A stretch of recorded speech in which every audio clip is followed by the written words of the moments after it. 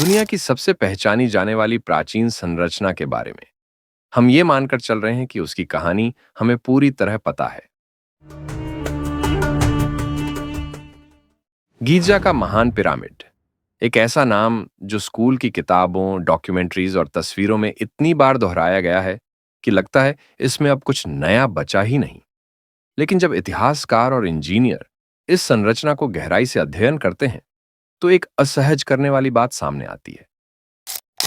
4500 साल पहले बनाया गया यह पिरामिड बिना आधुनिक मशीनों के इतनी सटीक ज्यामिति के साथ खड़ा किया गया है कि आज के उन्नत औजारों के साथ भी इस स्तर की सटीकता को दोहराना आसान नहीं है। इसके माप, इसका संरेखण और इसका आंतरिक विन्यास सब कुछ इतना नियंत्रित और गणनात्मक लगता है कि यह सिर्फ एक शाही कब्र का विचार पूरा नहीं करता। तो एक सवाल स्वाभाविक रूप से दिमाग में उठता है, अगर यह सिर्फ एक कब्र थी तो इसे इतनी परिपूर्णता के साथ बनाने की जरूरत क्यों पड़ी?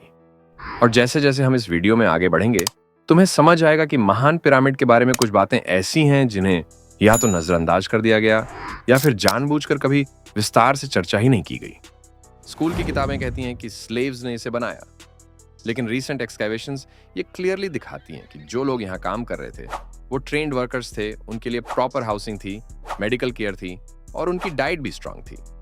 मतलब ये काम जबरदस्ती नहीं करवाया जा रहा था, ये एक प्लान्ड प्रोजेक्ट था। अब सोचो, अगर एक रूलर अपनी डेथ के बाद के लिए कुछ बनवा रहा है तो क्या वो सिर्फ एक सिंपल ग्रेव से काम चला लेता या फिर एक ऐसा स्ट्रक्चर बनवाता जो पूरे डेजर्ट के बीच में खड़ा होकर हजारों साल तक लोगों को कंफ्यूज करे? ग्रेट पिरामिड के अंदर लगभग 2.3 मिलियन स्टोन ब्लॉक्स हैं और हर ब्लॉक का एवरेज वजन 2.5 टन के अराउंड है।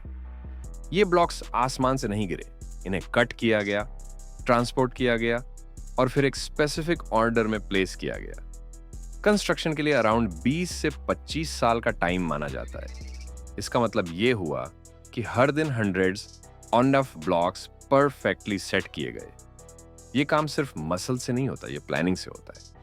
और प्लानिंग यहाँ पे सिर्फ जमीन तक लिमिटेड नहीं थी, प्लानिंग आसमान तक जाती थी।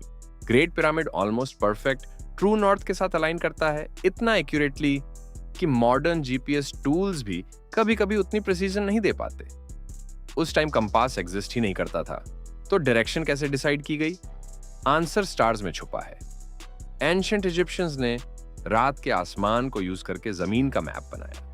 स्पेसिफिक स्टार्स के पोजीशंस को देखकर स्ट्रक्चर को अलाइन किया गया, जो ये प्रूव करता है कि ये लोग सिर्फ बिल्डर्स नहीं थे, ये लोग एडवांस्ड ऑब्जर्वर्स थे।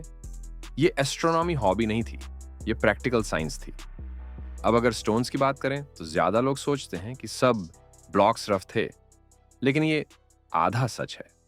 अंदर के स्टोन्स एवरेज थे, लेकिन बाहर के केसिंग स्टोन्स इतने स्मूथ थे कि उनके बीच ब्लेड तक नहीं जा सकता था। ये स्मूथनेस लग से नहीं आती। कॉपर टूल्स अपने आप में काफी सॉफ्ट होते हैं, लेकिन जब उनके साथ क्वार्ट्ज सैंड का यूज होता है तो स्टोन कटिंग पॉसिबल हो जाती है। ये प्रोसेस स्लो था, लेकिन कंट्रोल और एक्यूरेसी इस लेवल की थी जो आज भी इंप्रेसिव लगती है। यहाँ स्पीड इंपॉर्टेंट नहीं थी, यहाँ परफेक्शन इंपॉर्टेंट थी। और फिर आता है सबसे अजीब पार्ट, पिरामिड का अंदर का लेआउट। एक normal Egyptian tomb paintings, spells, prayers और हायरोग्लिफ्स से भरा होता था। ग्रेट पिरामिड के अंदर ऑलमोस्ट कुछ भी नहीं है। No decorations, no clear religious texts, no obvious instructions. ये एंशिएंट इजिप्शियन ट्रेडिशन के बिल्कुल अगेंस्ट है। अगर ये टॉम्ब थी तो फिर रूल्स क्यों तोड़े गए? और अगर रूल्स तोड़े गए तो फिर रीजन क्या था? खुफू की मम्मी भी कभी कंफर्म नहीं हुई, जो एक और डाउट क्रिएट करती है कि शायद ये स्ट्रक्चर किसी और पर्पस के लिए बनाया गया था। पिरामिड के अंदर जो एयर शाफ्ट्स हैं उन्हें ज्यादातर लोग वेंटिलेशन बोलते हैं, लेकिन प्रॉब्लम यह है कि कुछ शाफ्ट्स बाहर तक जाते ही नहीं। अगर हवा के लिए नहीं थे तो फिर किस चीज के लिए थे? कुछ रिसर्चर्स मानते हैं कि ये शाफ्ट्स स्पेसिफिक स्टार्स के साथ अलाइन करते हैं, जैसे ओरायन कॉन्स्टेलेशन, जिसे एंशिएंट इजिप्शियंस आफ्टरलाइफ का गेट मानते थे। लेकिन कुछ साइंटिस्ट्स ये भी कहते हैं कि ये शाफ्ट्स प्रेशर और टेम्परेचर बैलेंस के लिए यूज होते थे। सच ये है कि 4500 साल बाद भी इसका एक क्लियर आंसर नहीं है। और अब वो पॉइंट जहां से लोग अनकंफर्टेबल हो जाते हैं। ग्रेट पिरामिड के अंदर इलेक्ट्रोमैग्नेटिक एनोमलीज डिटेक्ट की गई है। कुछ मॉडर्न स्टडीज ये सजेस्ट करती हैं कि पिरामिड का शेप सर्टेन फ्रीक्वेंसीज पे एनर्जी कंसंट्रेट करता है। ये प्रूव नहीं करता कि ये पावर प्लांट था, लेकिन ये भी प्रूव करता है कि ये सिर्फ एक सिंपल ग्रेव नहीं हो सकती।